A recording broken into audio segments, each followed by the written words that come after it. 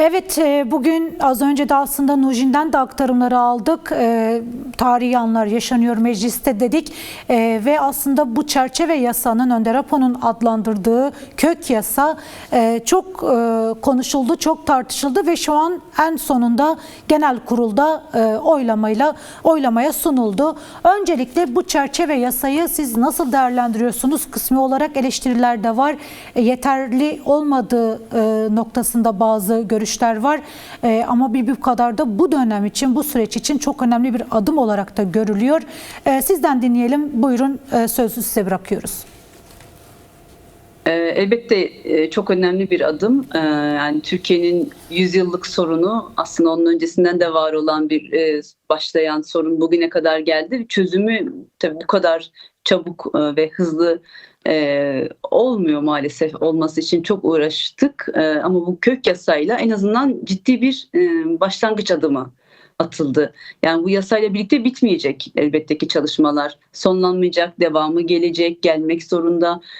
Sorunun tamamen çözülmesi ve sorunun yani tüm halklar nezdinde eşitlikçi bir duyguyla çözülebilmesi, toplumsallaşabilmesi barışın ve tabii beraberinde birçok soru işareti, eksiklikler, yasal düzenlemeler, kimi hak kayıpları gibi birçok aslında önümüze duran sorunlar var. Ama biz en azından bu şekilde bir başlangıcın önümüzü açacağını ve bir sonraki atacağımız adımların da bizim açımızdan çalışmalarımızı kolaylaştıracağını biliyoruz. Evet. Öyle bakıyoruz bu yasaya. Bir başlangıçtı. Devamını getirmek de yine hep birlikte yapacağımız çalışmalara bağlı olarak ilerleyecek. Evet, peki bundan sonrası için toplumsal olarak topluma ve parti olarak, DEM Parti olarak sizlere ve genel olarak da meclise düşen diğer sorumluluklar nelerdir? Neler yapılması gerekiyor? Hem bu çerçeve yasanın uygulanabilme süreci de gerçekleşecek. 6 ay gibi bir başvuru sürecinden bahsediliyor. Geri dönüşler için tüm bu süreç nasıl takip edilecek? Sorumluluk vurgusu çok ön plana çıkıyor. Önder Apo da buna çok vurgu yapıyor. Herkesin üzerine sorumluluk düştüğü noktasında. Nasıl bir sorumluluk? Bu süreçte kimler neler yapabilir bu sürecin kalıcılaşması için? Burada ciddi tarihi bir sorumluluk var. Yani bugün mecliste tarihi bir gün yaşanıyor. Bu sorunun çözülebilmesi açısından büyük bir umut taşıyan bir adımdı. Ama tek başına tabii ne DEM Parti'nin çözebileceği sorun, ne tek başına Kürt halkının çözebileceği bir sorun. Zaten tek başına çözmek de doğru değil. O zaman sorunu yanlış tanımlamış oluyoruz. Bu sorun Türkiye'nin tüm halklarını ilgilendiren ve beraberinde çözümü de Türkiye'nin tüm halklarını kapsayacak bir çözüm olacağı için hepimizi ilgilendiriyor. Yani bugün Kürt halkının olmadığı bir yerde Türk halkı şunu diyemez, bizim sorunumuz değil. Diyemez çünkü hepsi bütün sorunu yaşıyor. Bugün Ermeni halkı da bunu diyemez. Yani bugün emekçiler de bunu diyemez. Kadınlar hiç diyemez. Hepimizi ilgilendiren çok ciddi bir durum ve sorunlarını da biz yaşadık.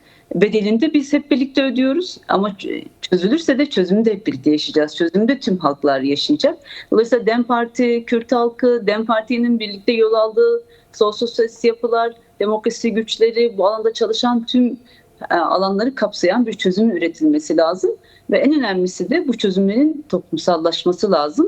Halkların tamamının ikna olması belki zaman alacak ama en azından bundan sonra ikna olmamış halkların ya da ikna olmamış kesimlerin yanına gidip onlarla konuşmak, tartışmak ve bir sonraki adımların atılabilmesini kolaylaştırmak ve kapsayıcılığını artırmak için çalışmalar yürütmek lazım. Bu herkesin sorumluluğu, sadece DEM Parti, Kürt halkı ya da tek başına orada mücadele veren önemli bir mücadele Sayın Öcalan'ın sorumluluğunda değil, hepimizin, herkesin sorumluluğunda bu bilinçle hareket edilmesi gerekiyor.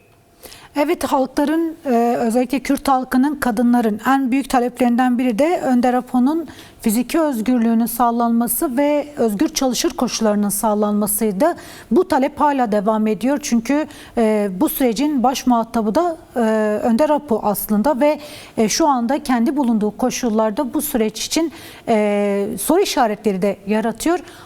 Bununla ilgili nasıl bir değerlendirmeniz olacak?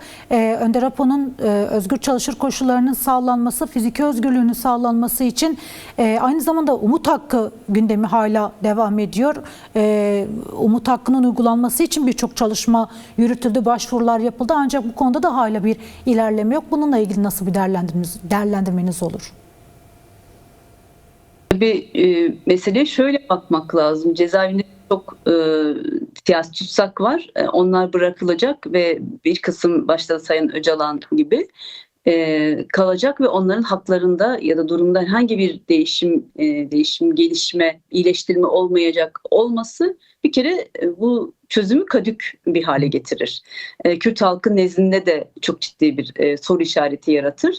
En baştan beri sürecin en önemli muhatabı olan Sayın Öcalan'ın özgür çalışır koşullarının sağlanması gerektiğini, bu kadar kısıtlı olanaklarla neredeyse 40-45 günde bir görüşmeyle yürütülen bir çalışmada geldiğimiz nokta bu. Yüzyıllık sorunun çözümünün yaptığı aşamayı görüyoruz. Bir de Sayın Öcalan'ın özgür çalışır koşullarının olması halinde ne kadar büyük ilerleme kaydedilebileceğini anlamış olmamız için önemli bir veri bunlar. Evet. Dolayısıyla hem Kürt halkı nezdinde hem demokrasi güçleri nezdinde hem de bu çözümün gerçekten ayaklarının sağlam basabilmesi için Sayın Öcalan'ın koşullarının değişmesi gerekiyor. Ve onun dışında geri kalan hak mahrumiyeti olan ve bu süreçte bedel ödemiş herkesin de o mağduriyetlerinin giderilmesi gerekiyor ki sorunun toplum karşısında özellikle muhatap olan toplumlar karşısında bir karşılığı, çözümün bir karşılığı olsun, sorun olarak kalmasın. Yasal düzenlemelerin devamı ve herkesi ortak bir paydada buluşturacak bir düzenlemeyi hem Kürt halkını hem Türk halkını hem bu ülkede yaşayan, ötekileştirilen her halkı, her inancın ortak bir paydada buluşturabilecek çözüm önerileriyle yasalaşması gerekiyor.